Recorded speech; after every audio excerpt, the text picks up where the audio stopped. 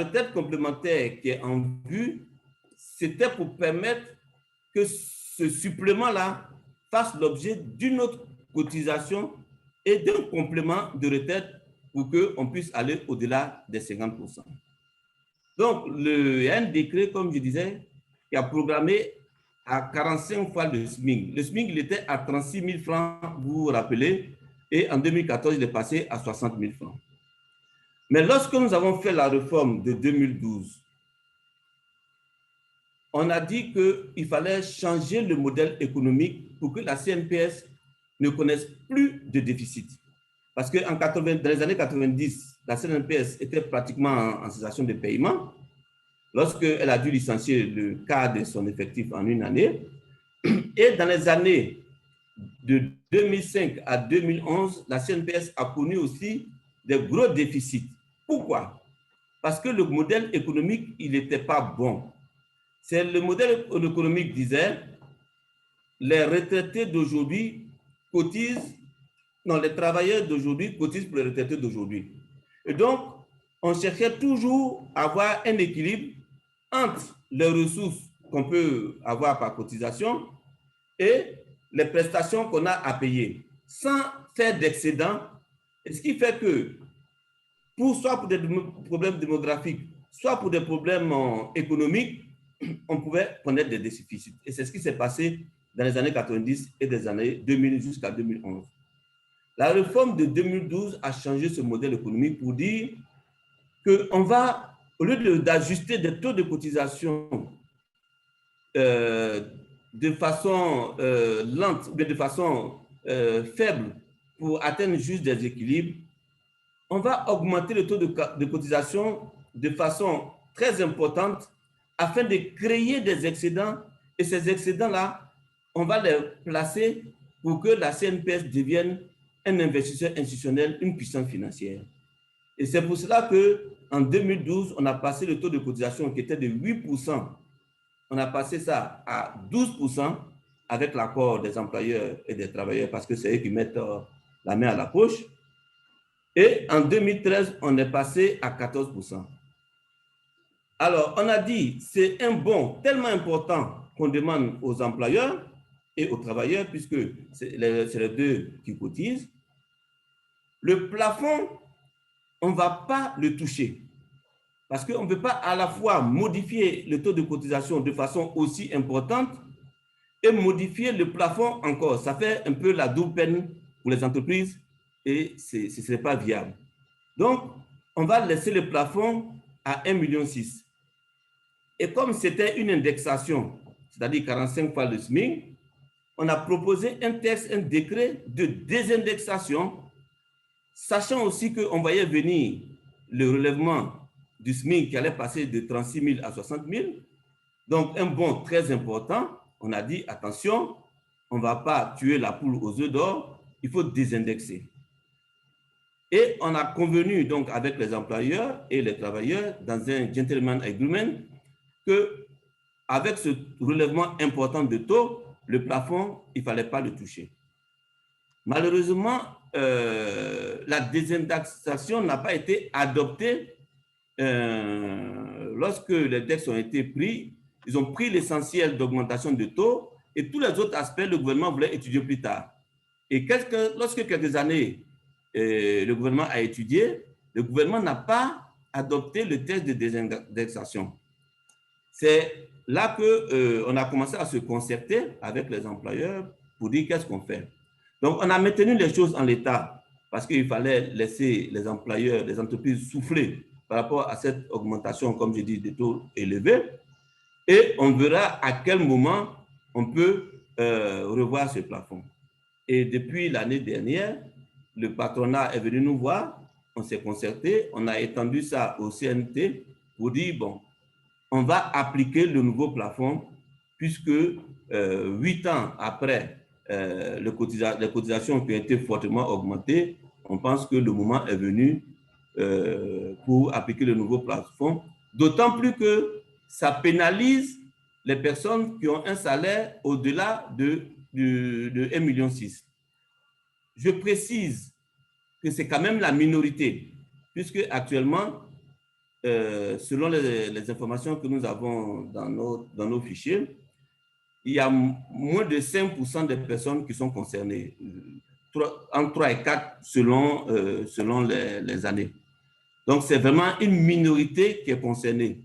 Donc, même si c'est une minorité, on a pensé avec les employeurs et les travailleurs que le moment était venu de permettre à cette minorité-là de pouvoir accroître sa retraite. Donc, voilà, j'ai été un peu long, je m'excuse, mais je voulais camper le décor pour qu'on connaisse à la fois comment la retraite est calculée.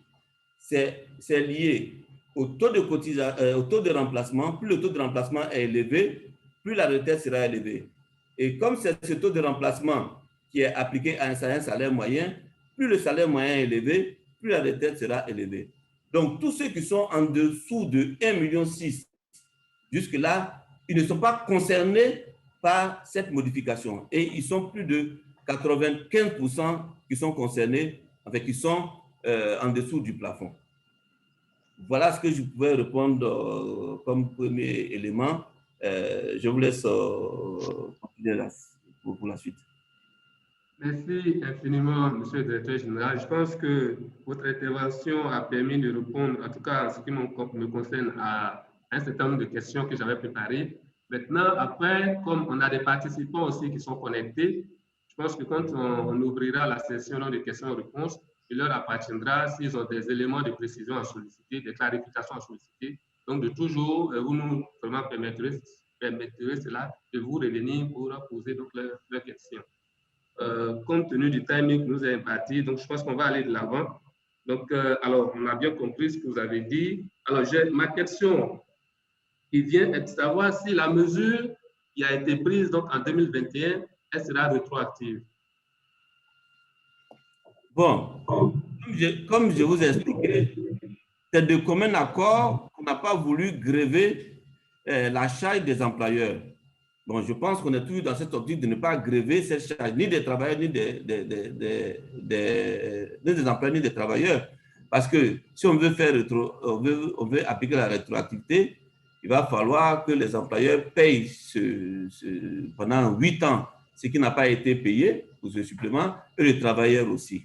Bon, donc, de commun accord, on a dit on applique le nouveau plafond et ça sera valable pour les nouvelles situations. Donc, il n'y a pas de rétroactivité. Donc, il n'y a pas de rétroactivité. Merci, monsieur le DG. Alors, pour être factuel, pour permettre vraiment aux salariés qui sont concernés d'apprécier l'incidence de la nouvelle mesure, est-ce que vous pouvez peut-être nous faire une illustration à travers un cas concret? Bon, j'ai pris j'ai fait quelques cas concrets pour que vous montrez qu'en réalité, toutes les mesures que nous prenons depuis 2000 servent à accroître la retraite qui est considérée comme un salaire de remplacement. Alors, ce qu'il faut savoir, c'est que le taux de remplacement avant 2000, il était à 1,33. 1,33. C'est-à-dire que dans cette hypothèse, 1,33, si vous cotisez 10 ans, ça fait 13,3%, puisque vous multipliez 10 par 1,33. À partir de 2000, on a passé ça à 1,7. Donc, on a augmenté le taux de remplacement. Je prends un exemple simple, puisqu'on est concerné par les gens qui cotisent au plafond. Celui qui cotise au plafond, si on le met dans le contexte avant 2000, 1,33 pour 30 ans, ça lui fait 40%. 40% de 1,6 million, ça fait 568 000 qu'il aura comme retraite.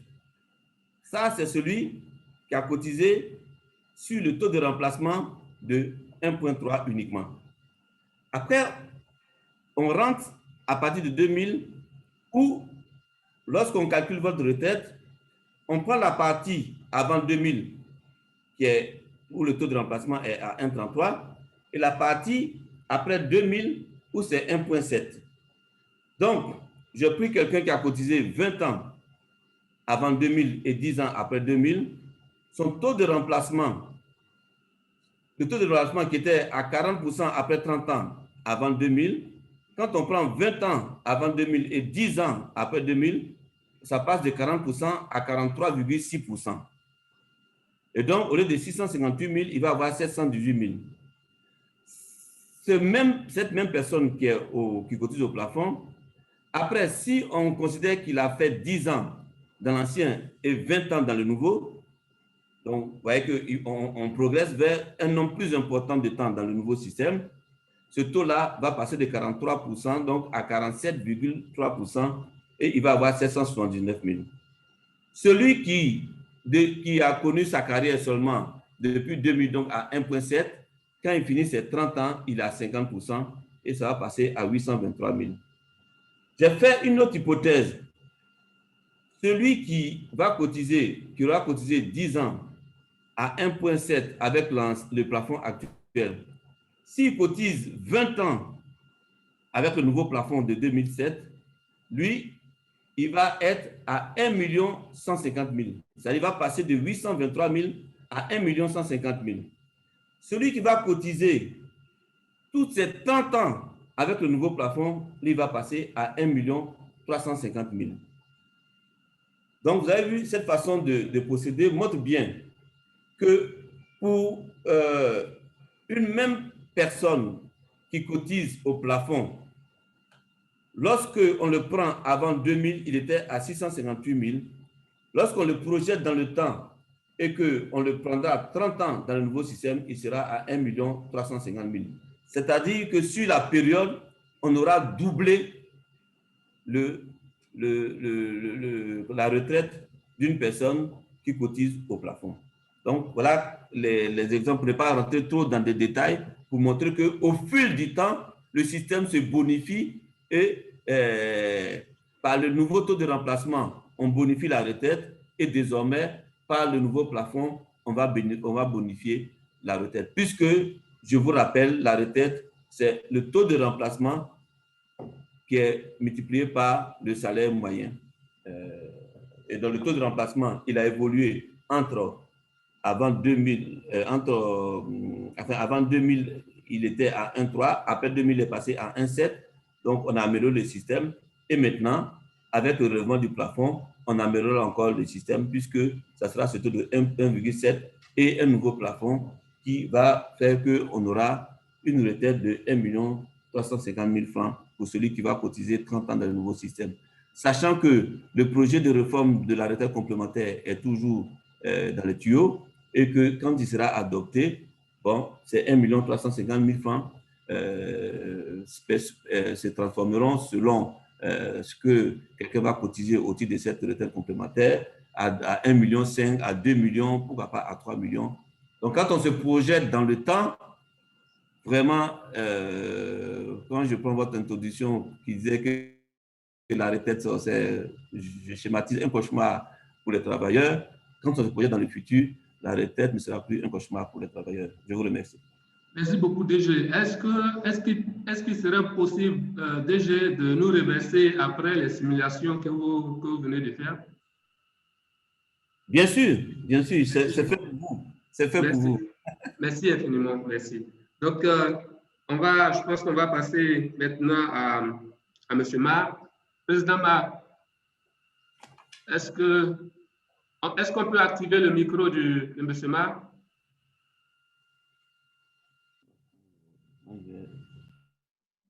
Allô? Bien, Président? Vous m'entendez? Oui. D'accord. Merci, Monsieur Ré. Bonjour et merci au directeur général de la CNPS pour sa participation qui nous permet, j'allais dire, de bénéficier d'informations de sources dignes.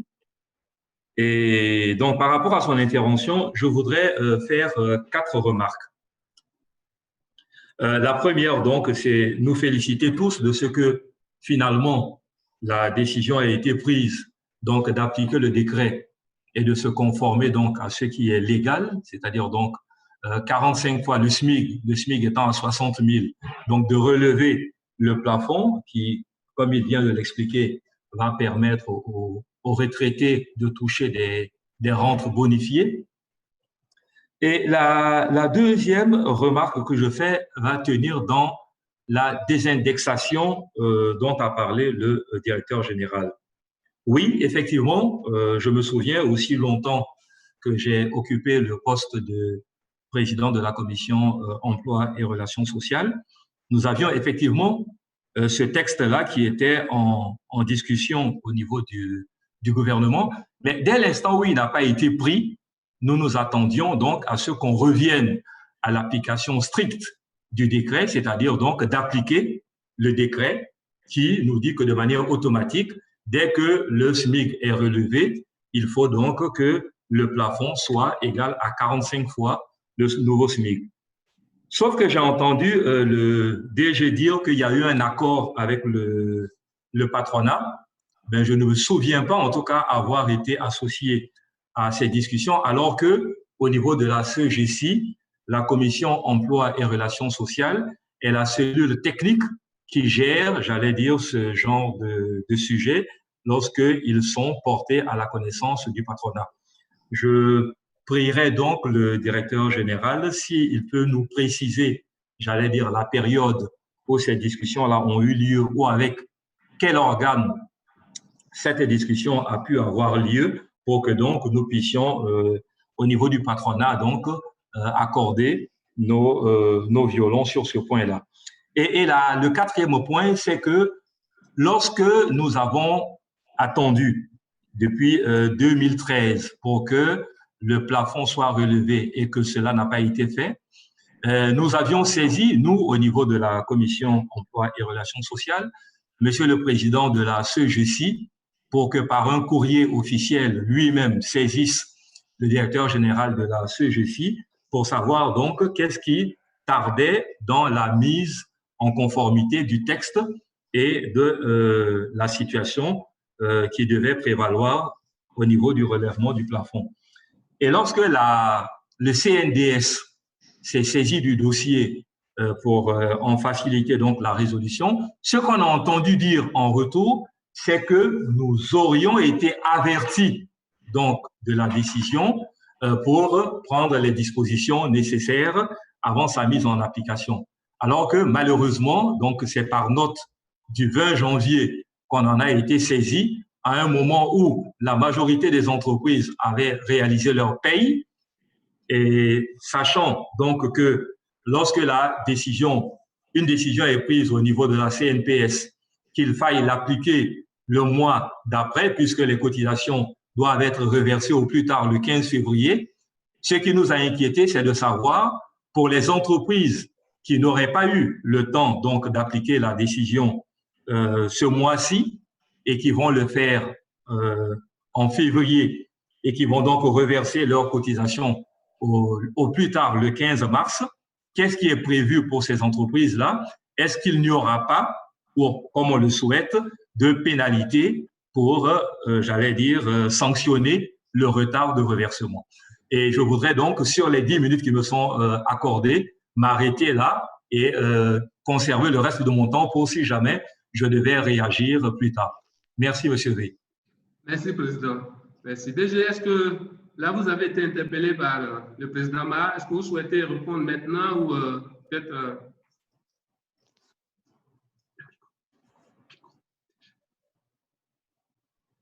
Micro.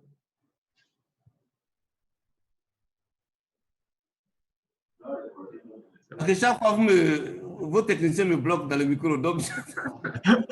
Non, monsieur, on a besoin de vous aujourd'hui. Donc, on est un complot. Déjà, c'est pas un complot, rassurez-vous. Alors, je remercie le dernier intervenant, que je connais très bien d'ailleurs. Disons que quand je dis l'accord du patronat, en fait, c'est en 2019 qu'une délégation dans laquelle il y avait M. Belé est venue nous saisir. On a eu une réunion ici à la CNPS pour poser la question. Déjà, on en avait parlé en conseil d'administration pour dire que le gouvernement n'a pas suivi notre dossier de désindexation. Il faudrait bien qu'on puisse le faire. Mais, bon, vous savez que nous, comme j'ai dit, on est l'organe de mise en œuvre. Voilà. Et dès l'instant où un projet n'a pas abouti et qu'on doit revenir à la case départ, il faut qu'on se concerte. Et donc, comme l'initiative avait été faite par un certain groupe de personnes, comme je dis, les autres, je ne sais plus qui, mais M. Belé, ça, je sais qu'il était là, on a dit, bon, nous, on est d'accord, puisque c'est la volonté du patronat. C'est le patronat qui supporte les charges. Donc, si celui qui met la main à la poche et il dit que je peux le faire, ben, celui qui exécute, il n'a pas de problème. Donc, c'est pour ça qu'on est allé vers le CND, puisque le CND, c'est une composante plurielle où il y a les employeurs et les travailleurs. Et le temps de se concerter, bon, on a sorti cette note-là en janvier. Et soyez rassurés, il n'y aura pas de pénalité. Vous savez que la CNPS, avec les partenaires sociaux, tout se fait dans un consensus. Et pour nous, il n'y a pas lieu de faire une pénalité pour dire que bon, il faut appliquer ça aux cotisations de janvier. Non, ce n'est pas l'ordre du jour du tout. Voilà ce que je peux répondre par rapport à... Merci beaucoup, DG, pour ces précisions. Là, vous avez aussi mentionné donc, le CNDS, et le CNDS est cité donc, dans votre communiqué du 20 janvier 2021.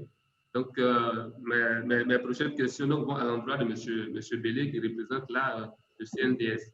Président Belé, est-ce que vous pouvez nous dire en quelques mots déjà donc, ce que c'est que le CNDS? Est-ce que vous pouvez aussi nous dire quel est le rôle donc, finalement du CNDS dans justement l'élaboration de cette mesure et qui a été matérialisée par le communiqué du DG de la CNPS? Oui, monsieur le modérateur, je suis tout à fait disposé à vous dire tout cela, mais dans un premier temps, je souhaiterais que vous débloquiez le micro de monsieur Boiseau, puisque sur la partie, sur la présentation du CNDS, c'est lui qui va intervenir, et je compléterai son intervention sur les aspects plus techniques, puisque maintenant il est effectivement président de la commission de protection sociale, mais à l'époque c'est moi qui présidais, donc comme l'a dit le directeur général de la CNPS, nous avons été en contact, et donc c'est sur ça que je voudrais revenir, mais déjà laisser monsieur Boiseau nous présenter ce qu'est brièvement, parce que je suppose que tous les membres du RIGRH savent ce que c'est que le CNT qui est devenu le CNDS, mais on fera peut-être un webinaire sur le CNDS un jour avec le RIGRH, si ce n'a déjà été fait. Mais déjà, M. Boiseau va nous rappeler un petit peu quelles sont les missions de cette structure. OK. Merci, M. Belé. M. Boiseau, votre micro, c'est à vous de l'activer. Vous avez la... Voilà, merci beaucoup. Voilà, merci beaucoup. M. Soro. Voilà, merci, M. Belé. Je crois qu'il faut pouvoir aller à l'essentiel, au fond du sujet, parce que le CNDS, je crois que tous les panélistes qui sont là connaissent cette structure. Donc, on n'a plus besoin de revenir particulièrement sur elle. Mais ce que nous pouvons dire déjà, le CNDS, c'est le Conseil national de dialogue social et la promotion du dialogue social en Côte d'Ivoire. Donc, il contribue à l'instauration d'un dialogue social effectif entre les partenaires sociaux et puis au règlement des questions d'ordre économique et social d'intérêt national touchant le monde du travail, et au règlement des conflits majeurs en matière de travail dans les secteurs parapublics, publics et privés, et puis au règlement des conflits de représentativité des organisations d'employeurs et de travailleurs et en assure l'arbitrage. Et enfin, au règlement des conflits nationaux en matière de travail avant leurs éventuelles soumissions aux instances internationales. Et je crois que c'est fort de cette mission que nous avons par rapport au sujet qui nous concerne, au plafond de cotisation des retraités. Nous avons approché la CNPS, même pour d'autres sujets, nous avons approché d'autres institutions, mais nous allons laisser toute l'attitude à M. Pelé pour pouvoir parler du rôle qu'a joué le CNDS dans cette situation. Voilà, M. V, je crois que M. Pelé peut prendre la parole et pouvoir nous dire quel a été le rôle du Conseil national de dialogue social dans cette démarche. Bien, merci beaucoup, M. Boiseau. Merci pour cette présentation succincte du CNDS. Merci infiniment. Le président Belé, je pense que donc, la présentation du CNDS ayant été faite, vous pouvez maintenant, s'il vous plaît, nous dire quel a été son rôle dans donc, le processus d'élaboration du communiqué. Voilà. la CNPS. Ce que vous avez normalement cité dans ce communiqué. D'accord. Donc, en fait, le CNDS a été saisi en février 2020 par le directeur général de la CNPS d'une demande visant à engager les partenaires sociaux à un dialogue social sur le thème des conditions de la mise en œuvre bien comprise du nouveau plafond. Cette saisine a été imputée par le président du CNDS, M. Bernard Ndoumi, que je représente aujourd'hui. Elle a été imputée à la commission protection sociale du CNDS que je présidais à l'époque. La dite commission tripartite s'est réunie à son siège le 4 mars 2020. Et suite à cette réunion, une demande d'audience a été faite au directeur général de la CNPS afin d'échanger sur l'objet et le contenu de la saisine. La rencontre avec la CNPS s'est tenue le 19 mars 2020 et à la suite de cette rencontre, la commission de protection sociale a formulé un projet d'avis. Donc je dis bien projet parce que nous ne sommes que des commissions qui font des travaux de préparation pour les plénières du CNDS. Donc c'est à la session du 28 et du 29 juillet 2020 que le CNDS a analysé le projet d'avis qui, après prise en compte des amendements formulés en séance, est devenu l'avis numéro 142 du CNDS. Donc, la teneur du dit avis peut être résumée en 2 points. Donc, le premier, compte tenu de la crise sanitaire due à la nouvelle maladie à coronavirus 2019, Covid-19, le Conseil recommande que la date de l'application du nouveau plafond de l'assiette de cotisation soit fixée au 1er janvier 2021. Donc, effectivement, en même temps que les travaux de du comité, la commission protection sociale du CNDS se déroulaient, il y a eu la survenue de la pandémie. Et quand bien même on aurait par un moment imaginé d'autres dates de mise en œuvre, il était tout à fait inconcevable au moment où les entreprises arrêtaient leur activité, où il y avait une crise économique importante, de faire ce genre de choses, puisque la communication serait mal passée. Donc, le deuxième point, c'était qu'une large communication devrait être effectuée sur l'évolution du plafond de l'assiette de cotisation aux parties concernées sur une période de 3 mois précédant la date d'application du dit nouveau plafond. Ça voulait dire que dans la suggestion que faisait le CNDS à la CNPS, c'est de commencer au 1er octobre une campagne de communication pour que les entreprises ne soient pas surprises, pour qu'elles puissent à la fois informer les travailleurs, largement, pour qu'on puisse modifier les applications de paye, même si changer le plafond, c'est un simple paramètre, et sauf les gens qui ont des applications bizarres où les taux sont en dur, il faut aller plonger dans le hard enfin dans le soft pour modifier le taux. A priori, ce n'est pas quelque chose de bien difficile. Encore faut-il avoir communiqué suffisamment tôt. Alors, je ne voudrais pas anticiper sur les questions qu'ont probablement les gestionnaires de ressources humaines à poser, mais comme on l'a posé, je ne fais que annoncer l'avis, mais je n'ai pas expliqué. Donc, il est bien pour qu'il y ait une meilleure compréhension qu'on sache pourquoi cette date du 1er janvier a été avancée du 1er janvier 2021. Et ça répond à la question qui a été posée tout à l'heure et pour laquelle le directeur général de la CNPS a répondu, est-ce qu'il va y avoir rétroactivité? Donc, je dirais que l'avis du CNDS, comme on vient de le voir, recommande une date d'application au 1er janvier 2021 et n'envisage pas une rétroactivité à une autre date. Le CNDS est un organe tripartite de concertation visant à la promotion du dialogue social. Il n'est pas là pour ouvrir des boîtes de Pandore. Quand il a été saisi début 2020 par la CNPS, le CNDS a constaté que la réglementation n'était pas appliquée. Vouloir faire rétroagir cette mesure à la date d'application du décret de 2013 sur le SMIC ne pouvait que générer des difficultés et des litiges.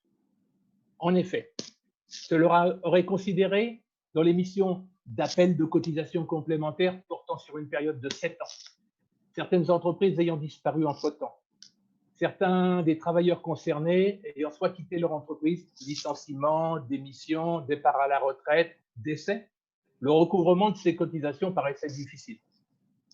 Le montant pouvait être élevé.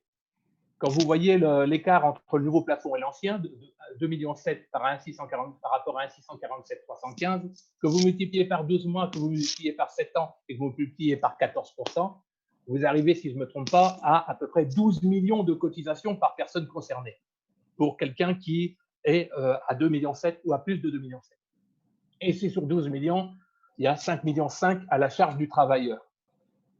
Donc, il se posait également, ça le DG pourrait également le dire, le problème de l'établissement d'ISA complémentaires, de la reconstitution des carrières des travailleurs, du recalcul des pensions de retraite liquidées en faveur des travailleurs concernés durant ces 7 ans.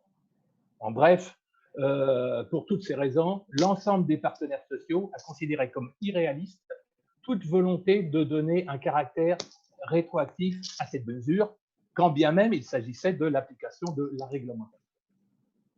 Et puisqu'on a entendu tout à l'heure évoquer des accords dont je n'ai jamais vu, comme le président Mar, le contenu, ni participer à ces négociations, je veux quand même, puisque j'ai eu l'honneur de présider le comité ad hoc qui avait négocié sur le SMIC en 2008, et je suis également à la CCT qui avait fait avancer ce dossier en 2009 pour donner un avis sur le projet de nouveau SMIC.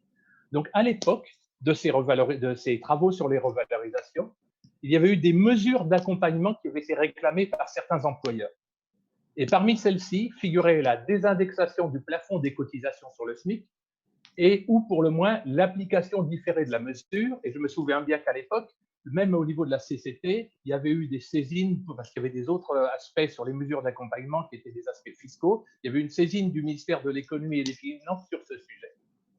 Bon, ces doléances, comme l'a dit tout à l'heure le directeur général, n'ont pas conduit à l'abrogation du décret de 1985. Ce qu'on peut supposer, c'est qu'elles ont marqué les esprits et, sans le justifier, expliquent peut-être le retard de la CNPS dans l'application de la réglementation. C'est l'explication que je trouve, sans vouloir me faire l'avocat de la CNPS. Effectivement, il y avait un courant qui voulait qu'on n'indexe plus sur 45 fois le SMIC, mais qu'on laisse latitude, par exemple, au conseil d'administration de la CNPS en fonction de l'érosion monétaire, de revaloriser périodiquement le nouveau plafond, parce que ça faisait quand même quelque chose de brutal, parce que autant les gens n'étaient pas choqués par la revalorisation du SMIC, mais ça faisait quand même entre 36 607 et 60 000, ça faisait à peu près 63%, je crois. Donc le plafond augmentait également de 63%, d'une seule fois. Donc, l'attitude de la CNPS, qui aurait bien souhaité qu'on laisse l'attitude au conseil d'administration de fixer périodiquement, avec une périodicité à déterminer, le nouveau plafond en fonction de paramètres à définir, c'était peut-être mieux que cette augmentation, parce que quand on est passé de 36 607 à 60 000, c'était aussi une décision, entre guillemets, politique. Le montant n'était pas obligatoirement basé sur l'érosion monétaire et l'évolution du coût de la vie. Donc, on comprend bien cette position. L'important maintenant, c'est-à-dire que quand on est dans le dialogue social, on regarde surtout vers l'avenir.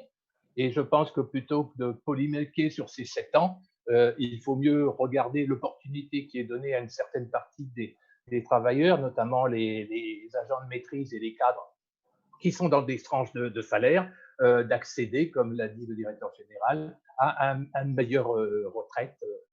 D'autant plus que, si je me souviens bien, je vais peut-être rectifier parce que je me rappelle bien du texte de 99, je crois que l'entrée en vigueur du nouveau taux, si la loi a entré en vigueur en 2000, dans les conditions d'entrée en vigueur de l'article 150 sur le taux de 1,7%, c'est bien de 99 qu'il s'agissait, donc si je ne me trompe pas. Donc, mais bon, ça fait un petit, ce qu'on dit, un petit souillet en plus. Ça se fait sur l'année 99, un 7 au lieu d'un 33. Voilà. Donc, s'il y a d'autres questions sur le rôle. Merci, Président. Merci. On pourra y répondre, mais je ne m'étendrai pas plus longtemps. J'ai déjà tendance à m'étendre au bout. Merci infiniment, Président. Juste une question auquel je vous serai infiniment gré de bien vouloir répondre par oui ou par non. Est-ce que les avis du CNDS sont communicables à un public autre que le requérant. C'est que la personne qui a saisi le CNDS, est-ce que quand le CNDS émet son avis, ça peut être communiqué au large public?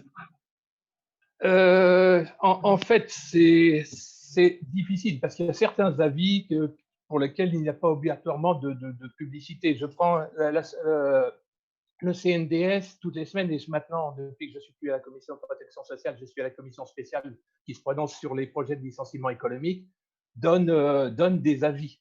Mais ces avis sont essentiellement destinés aux personnes concernées. Ils sont destinés à être lus au niveau des séances d'information sur les licenciements économiques projetés. Donc, ça concerne les entreprises concernées. Mais pour l'instant, il faudra, certains avis ont été diffusés. Vous verrez qu'il y a eu un avis sur la couverture maladie universelle qui a été affiché à l'époque sur le site du CNDS. Hein.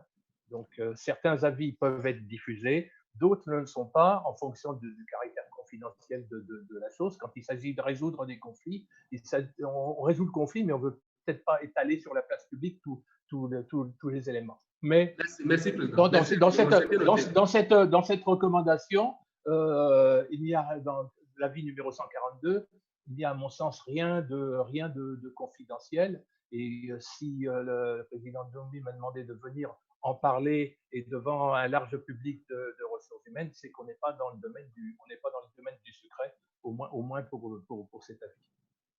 Merci beaucoup, Président. DG, si vous permettez, je vais me retourner un peu vers vous. Le micro du DG. Bon, je vais finir ma question. Peut-être que le temps que je finis, le technicien. Voilà. Oui, Merci, DG. Donc, j'ai une question donc, à la suite du président Bélé. Donc, vous avez adressé une demande d'avis au CNDS. Le CNDS a émis son avis qui tenait en 2 points. Donc, ce que nous constatons, c'est que c'est le premier point donc, qui concerne donc, la date de mise en vigueur de la mesure que vous avez, qui a été vraiment retenue, qui a été appliquée. Alors que le deuxième point qui recommandait qu'il y ait une large communication, au moins 3 mois avant donc, la prise d'effet, manifestement, ce point-là n'a pas été suivi. Ce qui fait que le communiqué aujourd'hui crée un effet de surprise, en tout cas, aussi bien chez les employeurs que chez les travailleurs. Donc, on se demande vraiment qu'est-ce qui n'a pas marché. On a le sentiment que la communication, cette fois-ci, n'a pas suivi, alors que habituellement, ce qui se passe, c'est que pour ces réformes pareilles, comme ça a été dit par le président Bélé, ça a été dit par le président Ma, il y a une large communication qui s'est faite, aussi bien avec les partenaires sociaux, les groupements professionnels sont associés, de sorte vraiment à permettre aux entreprises vraiment de mieux, on va dire, recevoir la mesure et de favoriser vraiment sa mise en œuvre harmonieuse.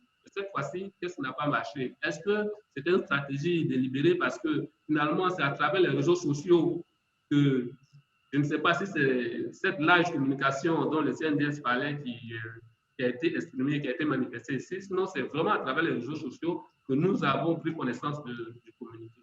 Dites-nous, monsieur le directeur général, qu'est-ce qui a motivé donc cette stratégie de communication? Disons que c'est le temps que nous fallait pour s'accorder avec le CNDS sur tout ce qu'il faut, toutes les modalités. Et puis, on a pris aussi des attaches sur le plan juridique pour pouvoir encadrer toute la décision. C'est ce qui ne nous a pas permis de faire cette large communication. On peut faire notre meilleur culpa par rapport à cela, mais il y avait un temps de discussion avec le CND et puis nous-mêmes, il y avait un temps aussi de recherche juridique par rapport à d'éventuelles contestations au cas où ça devait arriver. Il fallait prendre quand même un ensemble de dispositions juridiques, même le conseil même du Conseil d'État par rapport à tout ceci.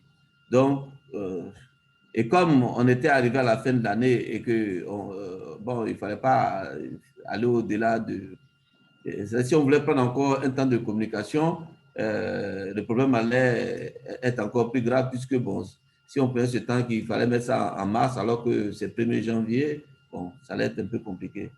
Donc, on a quand même un meilleur culpa, mais c'est justifié par rapport au fait qu'il y avait des dispositions juridiques à prendre pour bien cerner cette question-là. Alors, je voudrais aussi souligner que, en fait, la CNPS, c'est le bien du patronat et des centrales syndicales. Il faut bien comprendre cela. C'est pour cela que même quand il n'y a pas eu ce relèvement de plafond, la situation financière de la CNPS qui a été excellente depuis la réforme, je vais vous donner les derniers chiffres. Le portefeuille monétaire et financier qui en 2012, donc au moment de la réforme, était de 26 milliards.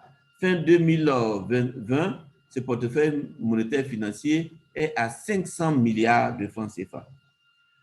Grâce à cette embellie, on a revalorisé 3 fois en 7 ans. On a revalorisé les retraites de 8% en 2014, de 5% en 2016 et de 5% en 2020. On compte revaloriser chaque 2 ans.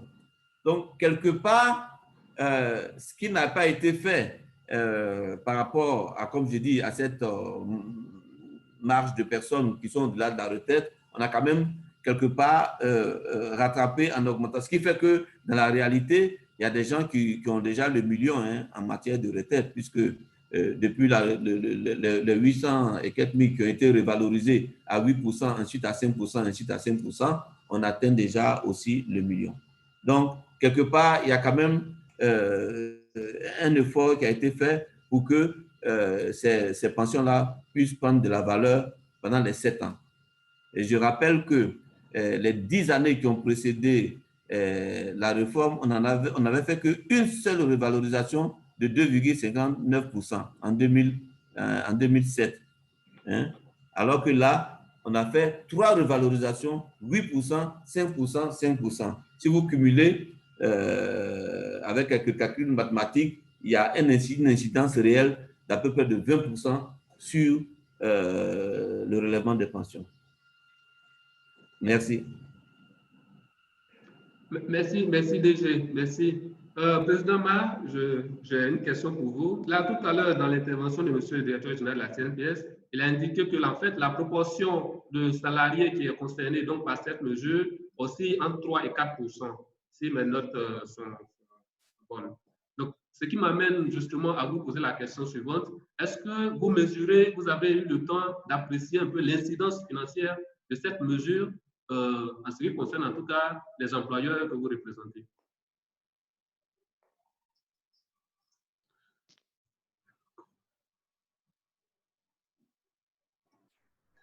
Oui, comme je le disais tout à l'heure dans ma première intervention, la note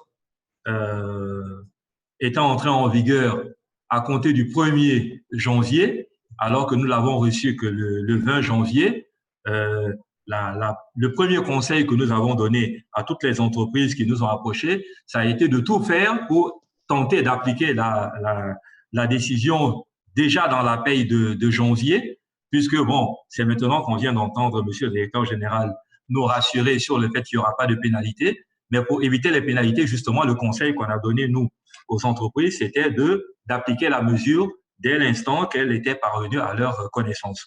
Et donc, déjà, sur les payes de janvier, l'incidence, tant au niveau de la part patronale que de la part salariale, a été connue dans ces entreprises-là, et des notes, évidemment, ont été faites aux agents pour lesquels l'incidence monétaire va être ressentie sur leur net à payer, de ce qu'il ne s'agit pas d'une décision de l'employeur, mais d'une décision qui découle tout simplement de l'application de cette note et que c'est c'est le fait du prince auquel donc l'entrepreneur ne peut pas ne pas se soumettre. Merci, Président. Président Soro, je pense qu'avec ta permission, on va peut-être ouvrir donc la session aux participants pour leur permettre aussi, eux aussi, de poser donc, leurs questions aux panélistes, en tout cas de leur choix.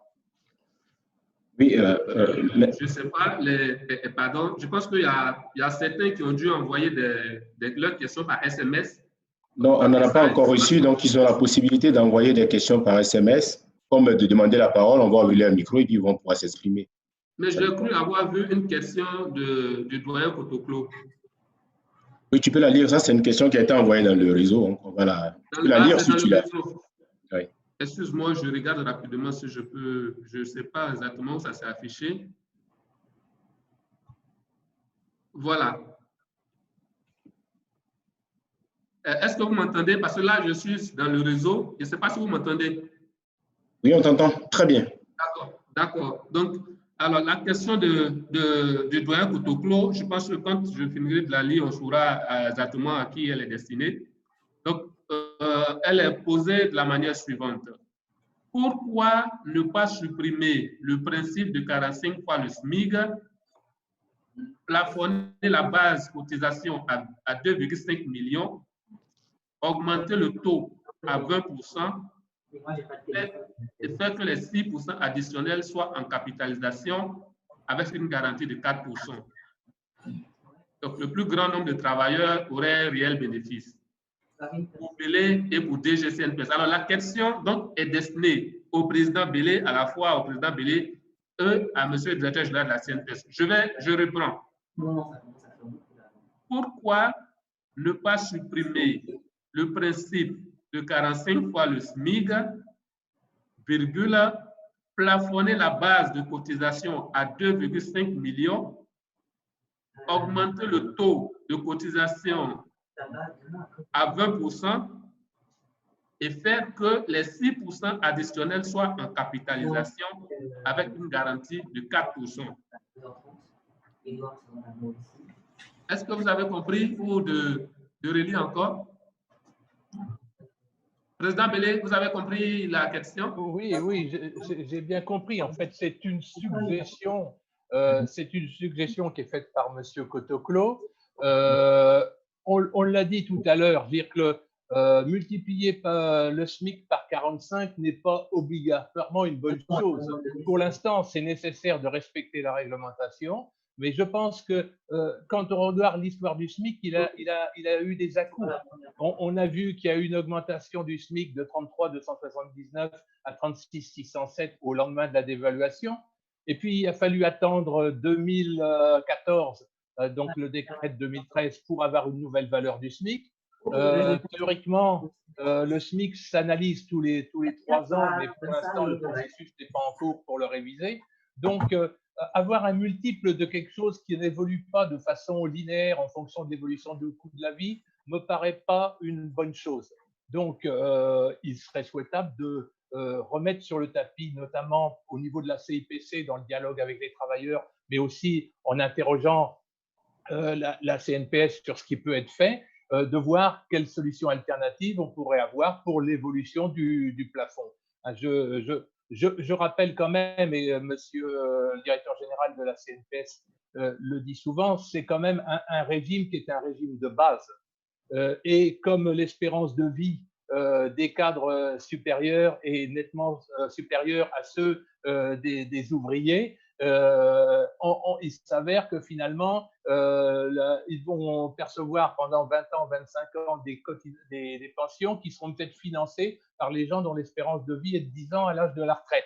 Donc ça, il le dit souvent et je partage cette analyse. Donc, il est bien évident que le taux de remplacement de 50% est insuffisant, même si ce n'est plus une retraite sanction, mais ça reste quand même insuffisant par rapport aux habitudes de consommation des travailleurs, sachant même que souvent, quand les gens partent à la retraite, ils n'en ont pas fini d'accompagner les enfants à l'école ou d'avoir en charge un certain nombre de parents. Donc, ce n'est pas parce que vous avez 60 ans que vos besoins ont disparu. Donc, il faut quand même qu'il y ait un revenu de remplacement qui soit conséquent. Bon, il y a le problème du taux du plafond de 50% qui, à mon avis, n'a plus de sens depuis que les carrières se sont allongées et que le taux de rendement est passé à 1,7 parce qu'on a des gens qui commencent à travailler à 18 ans et qui travaillent 42 ans et qui sont plafonnés à 50%.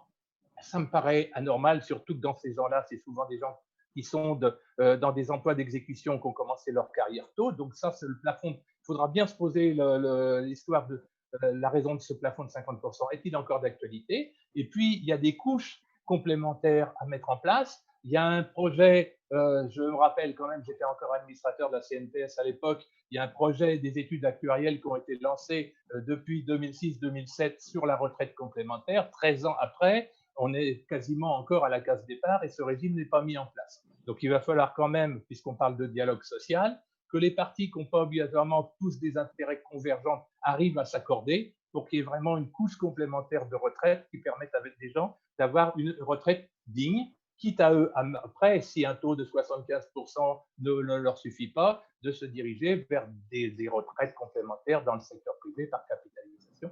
Bon, après, ça pose le problème du monopole de la CNPS, mais ça, c'est en dehors de… On pourrait faire un autre webinaire sur le sujet, on sort de la question, mais je rebondis sur la question de monsieur Cotoclo. Donc, effectivement, il y a des choses à revoir, mais pour l'instant, on n'est pas dans la réflexion sur ce que sera demain l'évolution de la retraite. On est sur il faut appliquer les textes et comme on le dit souvent, quand une loi n'est pas bonne, on la change, mais si on ne la change pas, il faut l'appliquer. Donc le décret de 85, quels que soient les griefs qu'on formule à son encontre, il faut le respecter. Sinon, on part dans du n'importe quoi, entre guillemets.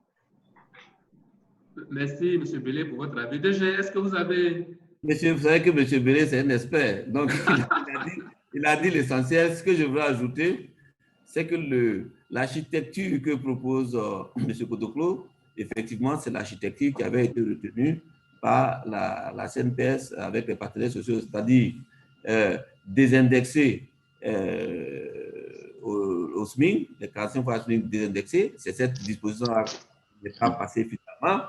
Créer une retraite complémentaire et au lieu d'augmenter le taux de 14% au niveau du régime de solidarité, de donner une marge pour pouvoir créer un taux de cotisation que lui, bon, il a estimé à 6%, qui est convenable. Et donc, nous sommes en parfaite en symbiose avec les propositions de M.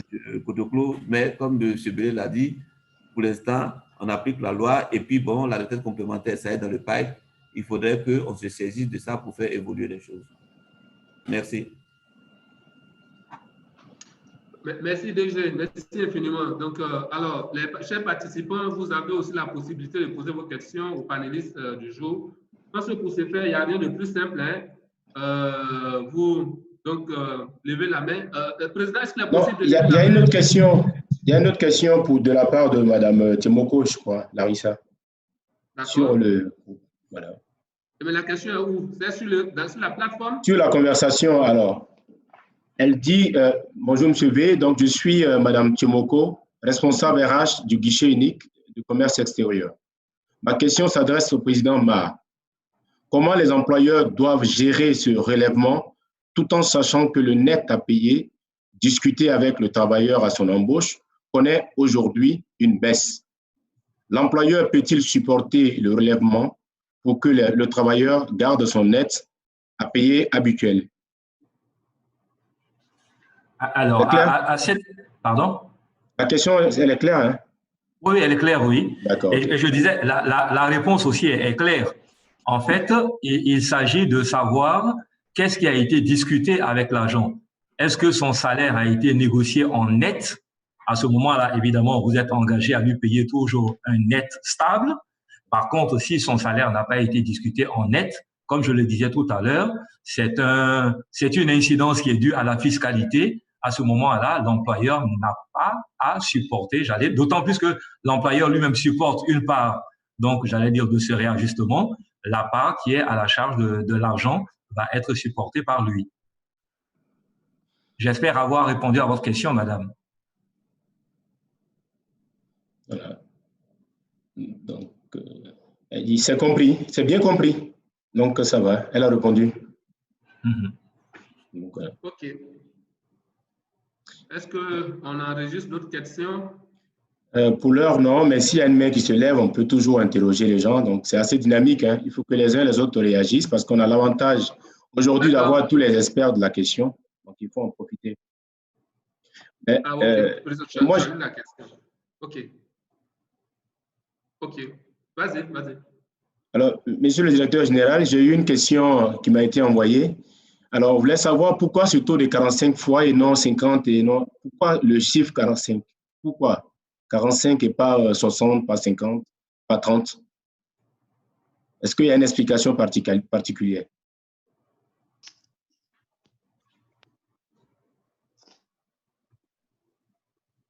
Bon, en 85, je rappelle que je n'étais pas à la CNPS, donc je suis venu trouver cette disposition, mais jusqu'aujourd'hui, personne n'a pu m'expliquer. Je peux dire. OK. J'ai les mêmes interrogations que la personne qui se pose des questions. Et de toute façon, on a montré que, bon, M. Bellet l'a dit, pour un plafond qui évolue chaque 20 ans ou chaque 30 ans et qu'on double, c'est un peu suicidaire quand même de garder cette indexation. Si ça progressait régulièrement, ça pouvait s'entendre, comme il a dit, si c'était chaque 3 ans que le swing augmentait, c'était supportable pour les employeurs parce que, je rappelle, la retraite est financée 5% par l'employeur et 45% par le travailleur. Donc, il faut que ce soit assez bien lissé, ces augmentations, pour que ce soit supportable en termes de charges, parce que les entreprises font des prévisions de développement. Il ne faudrait pas qu'une augmentation brutale de cotisation vienne. Et c'est pour cela que, là encore, je rends hommage aux employeurs, parce qu'à l'époque, il a fallu qu'ils aient confiance en la CNPS pour passer de 8% en l'espace de 2 ans à 14%. Et tout à l'heure, dans la question sur le taux qui peut augmenter, je peux vous garantir qu'avec les réserves que nous avons constituées, même avant 10 ans, on n'a pas besoin de toucher au taux de cotisation du régime de la retraite. Même avant 10 ans. Je dirais même peut-être avant 15 ou 20 ans. Donc, ils nous ont fait confiance. On leur avait promis que si on faisait ce bond-là, grâce aux épargnes que nous allons contribuer aux excédents, on allait faire des placements de sorte que le régime se porte bien pour de bon. Eh bien, nous sommes en plein dans le respect de ce pari-là. Merci. Monsieur le directeur général, moi j'ai une question pour vous. Alors, avec la mise en œuvre de la mesure, est-ce que quelqu'un qui est parti dans ce mois de janvier, qui a pris sa retraite le 22 janvier, comment sa situation sera traitée? Est-ce que, si vous permettez, est-ce qu'il y aura des mesures d'accompagnement pour la mise en œuvre de la mesure pour ceux qui partiraient dans les années prochaines? Ou est-ce que c'est le taux plein qu'ils ont? En fait, je voulais savoir comment ça va se faire dans la pratique pour nous qui sommes techniciens qui devons régler ces questions en interne. C'est très simple. On parle de salaire moyen soumis à cotisation.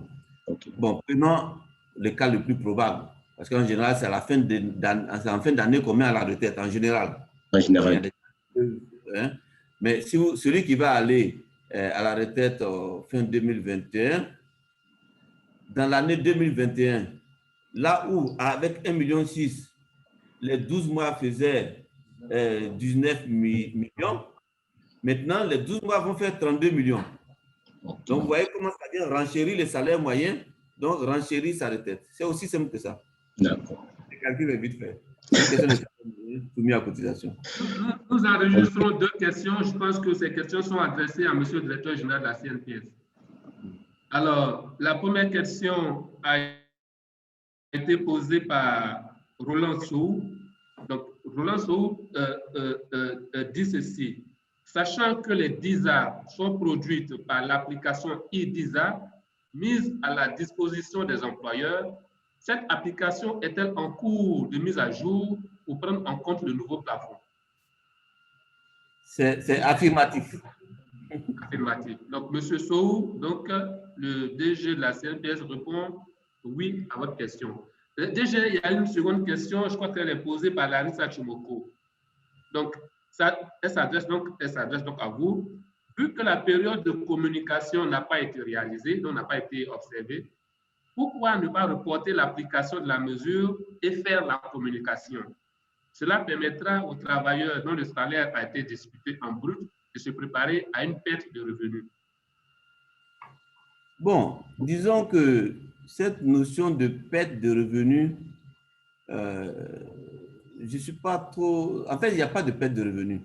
Parce que ce qu'on va vous prélever sur le salaire aujourd'hui, tout à l'heure, la question m'a été posée, quelle sera l'incidence sur la retraite de demain? C'est automatique. Donc, c'est un salaire différé qu'on récupère de l'autre côté. Alors, on ne peut pas avoir le beurre, l'argent du beurre. vous ne pouvez pas dire que si je ne vais pas cotiser aujourd'hui, mais en même temps, je veux que la retraite soit chose. C'est des vases communicants. Voilà. C'est pour cela que dès le départ, je vous ai expliqué que comment on calcule la retraite, c'est un taux de remplacement par rapport à un salaire moyen. Et en plus, dans la disposition de la CNPS, on choisit les meilleures années. Et ça encore, même, M. Belé disait, parlait un peu de certaines dispositions qui sont à l'avantage des cadres. Ça, c'est encore à l'avantage des cadres dirigeants parce que pour la plupart, ils ont commencé, si vous prenez dans les salaires des cadres au départ, bon, selon les entreprises, on peut dire entre 500 000, 600 000 et tout, mais les cadres dirigeants terminent à plusieurs millions, ce qui n'est pas le cas des petits salariés enfin des salariés modestes qui n'ont pas leur salaire qui augmente autant. Donc, il y a tout ça à regarder. En fait, quand on gère, on regarde un ensemble de facteurs et on essaie d'équilibrer les choses par rapport à tous ces facteurs-là. Merci DG. J'ai peut-être une question pour le président Ma. Président, est-ce que vous m'entendez? Oui, affirmatif. Ma. Oui, président Ma. Oui. Donc, étant donné, enfin, j'ai une question pour vous, étant donné donc que la mesure va quand même, là vous l'avez donc affirmé tout à l'heure, elle va avoir quand même des implications aussi bien pour l'entreprise, l'employeur que pour les salariés qui sont concernés.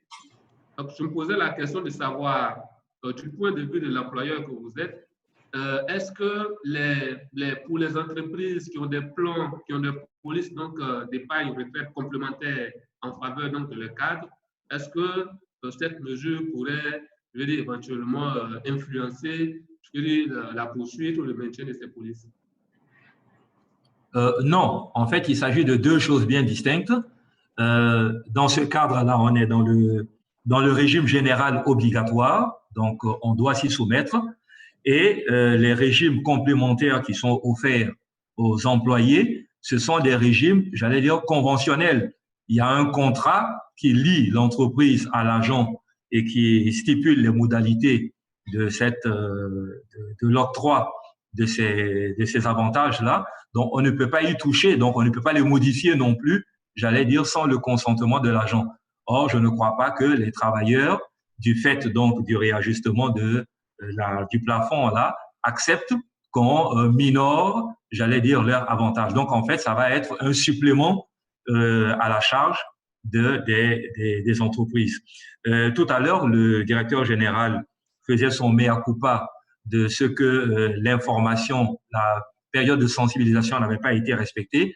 Mais je dis que pour les entreprises, en tout cas, c'est un mauvais quart d'heure qu'on passe actuellement, puisque les budgets ont déjà été arrêtés alors que, bon, on ne prévoyait pas cette annonce-là. Et en plus, pour janvier, donc là, actuellement, nous sommes, j'allais dire, à des réajustements pour faire en sorte de pouvoir compenser cette charge qui vient s'ajouter donc à celle que nous prévoyons donc d'engager sur l'exercice 2021. Merci, Président. Nous enregistrons de nouvelles questions donc, posées par les participants. Alors, bon, le nom n'apparaît pas, donc c'est plutôt l'identifiant du téléphone portable qui apparaît, donc Huawei P20 Lite. Donc, monsieur Diallo Maliki, excusez-moi, monsieur Diallo Maliki, il est DAF.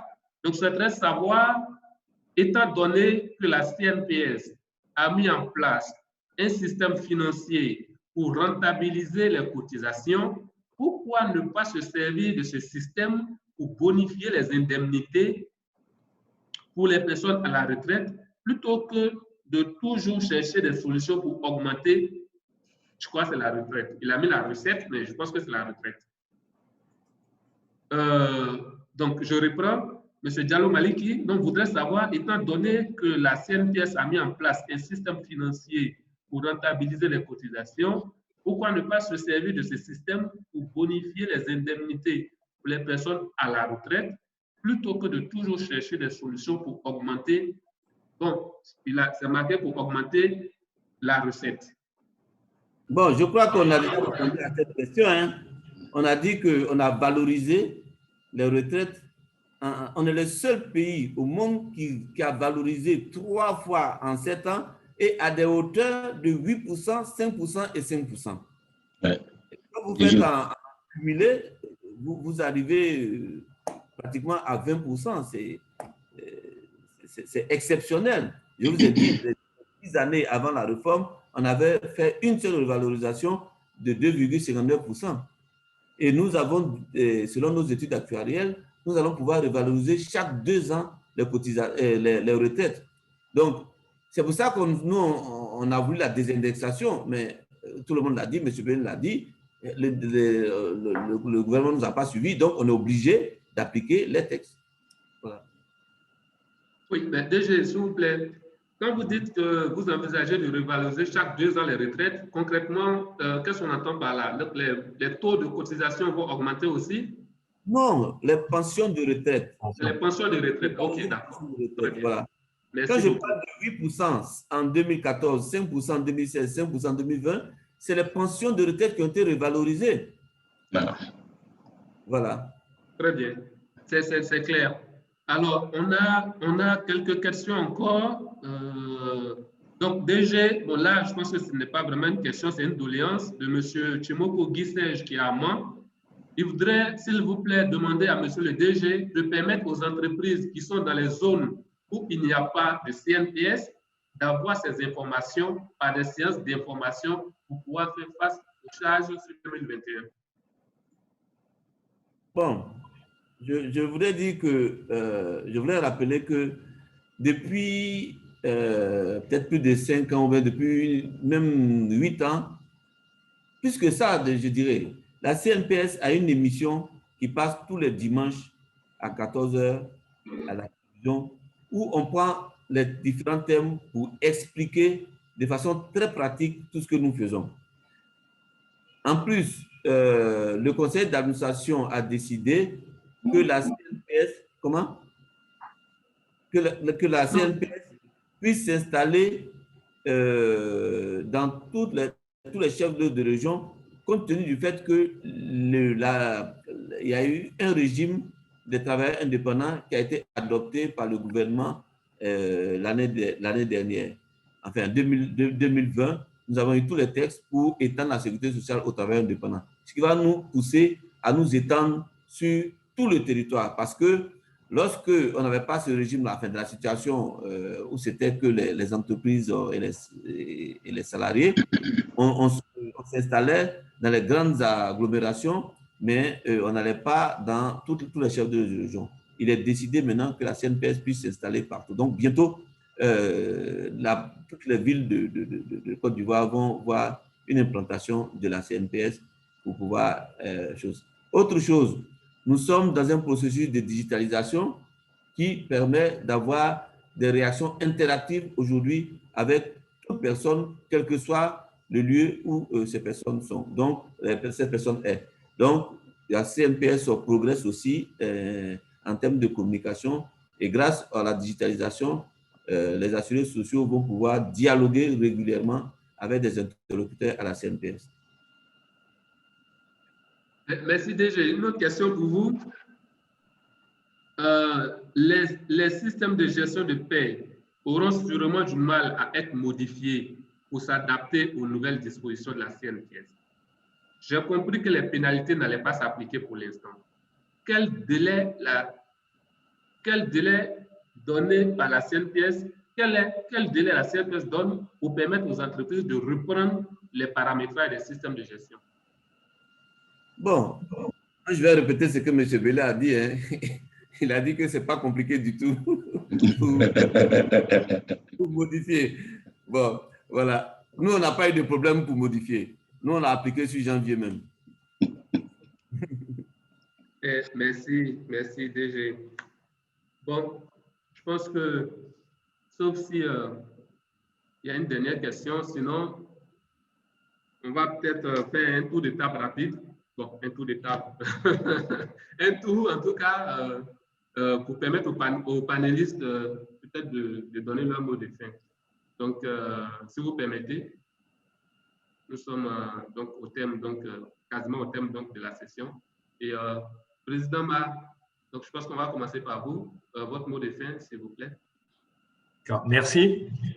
Disons, un employeur n'en est pas un s'il n'a pas, j'allais dire, des collaborateurs à son service. Et donc, ce que je veux dire, c'est aussi pour les employés, donc les bénéficiaires donc, de cette rente qui vient par le relèvement du plafond qui va être amélioré. C'est donc en tout cas de remercier toutes les personnes qui se sont engagées pour faire aboutir ce processus qui va donc permettre à nos collaborateurs de connaître des retraites améliorées en attendant donc qu'aboutisse aussi l'autre projet que nous attendons tous, celui donc de l'institutionnalisation de la retraite complémentaire, qu'elle soit obligatoire au niveau de la CNPS en monopole ou bien que l'obligation pèse donc autant sur la CNPS que des assureurs privés.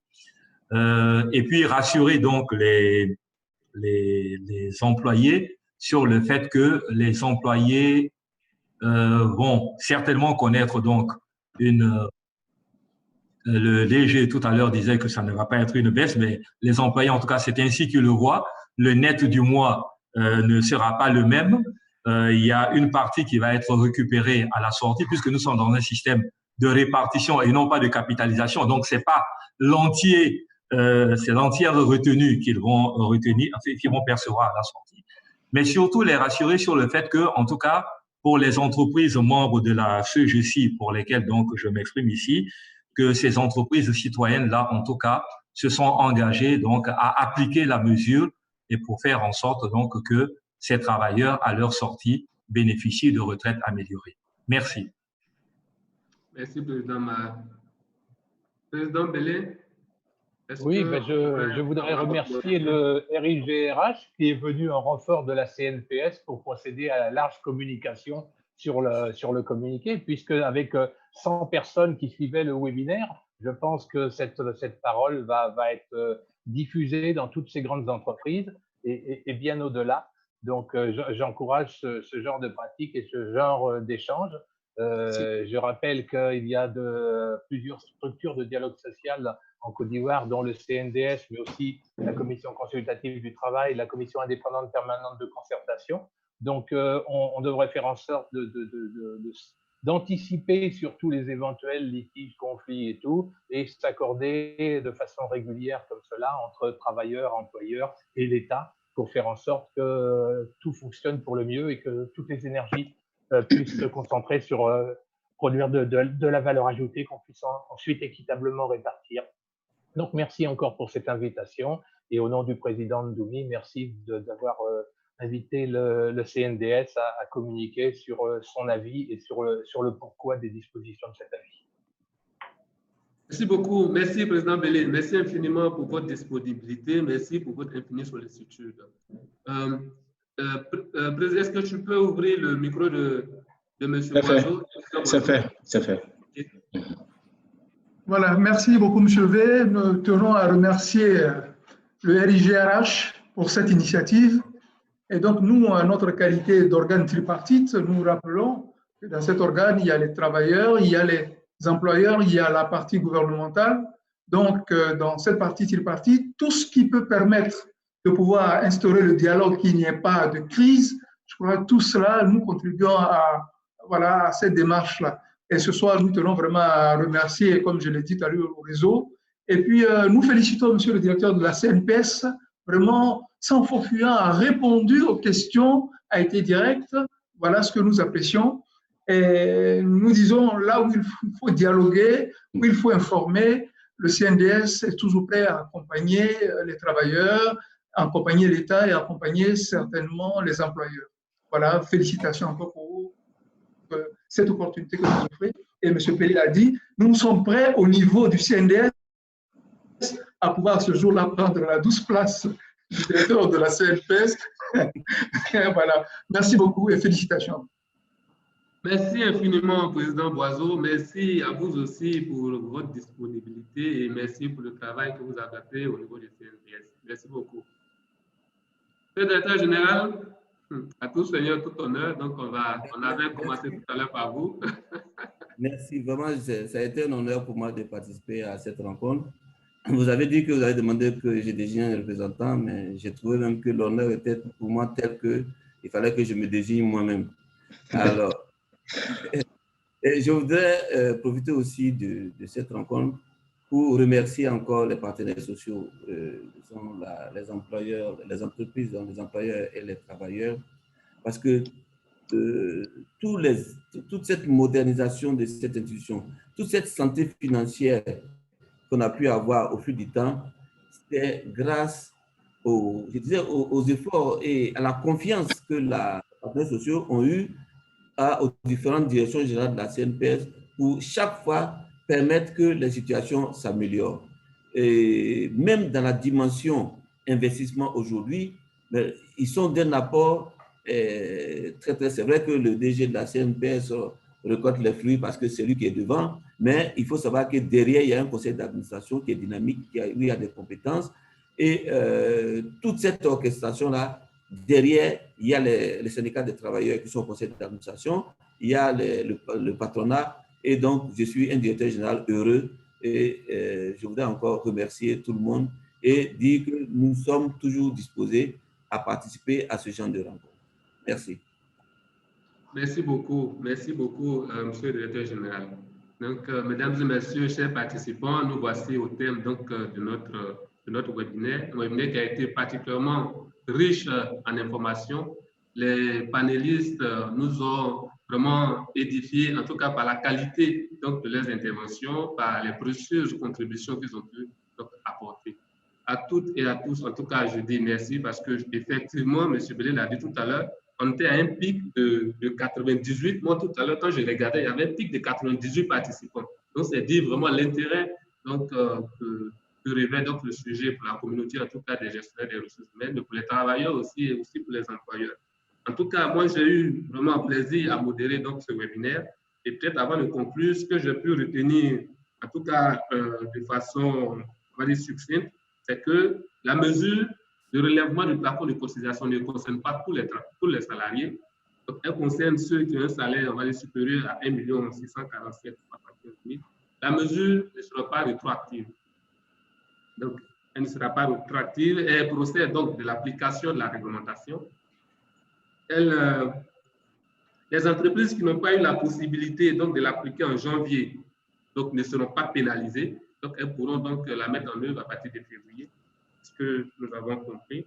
Elle a fait l'objet d'un avis favorable du CNDS, donc, sauf que le CNDS avait quand même demandé qu'il y ait donc, une communication, en tout cas une large communication donc, pour toute la mesure. Donc, ça n'a pas été fait. Monsieur le directeur de la CNPS, le directeur général de la CNPS, donc, en tout cas, a fait amende honorable sur ce point. Donc, elle vise à améliorer donc, sensiblement la retraite du travailleur. Donc, on va dire que le DG l'a dit. C'est vrai que de façon concrète, elle va se traduire par une diminution sur les nets, mais après, il faut comprendre que l'objectif vraiment, c'est d'améliorer la fonction de retraite du travailleur. Elle ne va pas impliquer nécessairement une augmentation donc, des salaires. M. Ma nous a expliqué que, bon, sauf si le salaire avait été négocié en net, en ce moment-là, oui, il pourrait y avoir donc, une augmentation. Mais sinon, si la mesure donc, ne devrait pas pouvoir donc, engendrer une augmentation immédiate donc, et obligatoire des salaires. Voilà, Président, sauf si toi aussi, je pense que tu as des éléments à apporter. Donc, je pense que c'est vraiment de façon, on va dire, succincte, ce que mes notes vraiment me rapportent, le temps qu'on puisse faire un rapport détaillé, en tout cas du webinaire, et le diffuser en tout cas à l'ensemble des participants qui ont pris part donc, au panel. Donc, sur ce, je te rends donc la parole pour le mot de fin. Merci beaucoup. Merci, V, pour cette modération de qualité. En tout cas, tu as été à la hauteur, tu nous as permis de bien mener les débats comme il se fallait. Bravo à toi, bravo à toute l'équipe qui a travaillé sur ce dossier-là. je voulais, avant de terminer, simplement me réjouir parce qu'on avait un objectif, c'était de faire une large communication sur cette décision majeure pour la vie des travailleurs, parce qu'on parle de retraite. Effectivement, c'est une opportunité qui nous a permis d'échanger avec le directeur général de la CNPS, que je voulais vraiment remercier à mon nom personnel et en celui de tout le réseau ivoirien des gestionnaires des ressources humaines, et dire combien de fois nous sommes disposés et disponibles pour l'accompagner, parce que nous sommes aussi les acteurs clés du système. Et il est important parce que ce genre de questions nous reviennent directement à l'entreprise, aussi bien de la part de nos employeurs que de nos employés, parce que certains nous ont dit, mais vous avez une mesure comme ça, vous ne l'avez pas dit, pourquoi on l'intègre dans nos budgets en prévention? Parce que c'est aussi le rôle du DRH de pouvoir anticiper sur certaines questions. Donc, c'est pour ça que cette communication était importante. Et je voulais vous remercier pour avoir accepté de manière spontanée de venir à être des nôtres et participer à cette session. Merci à vous, merci à l'institution.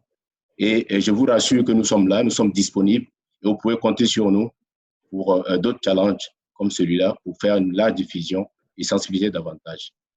Monsieur Bélé, qui représente le président Ndoumi, je voulais simplement vous remercier, vous et monsieur Boiseau, pour avoir accepté et de transmettre au président Ndoumi, qui, à partir du premier coup de fil que je lui ai passé, il a tout de suite accepté et désigné ses plus proches collaborateurs pour le représenter à cette session.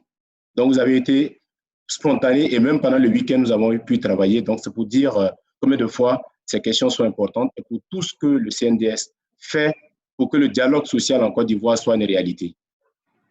Bonne continuation et nous sommes à votre disposition également pour pouvoir parler de la même voix et puis trouver des solutions parce que le prix de l'anticipation et de la paix en entreprise, nous savons qu'il dépend totalement et des travailleurs et des employeurs.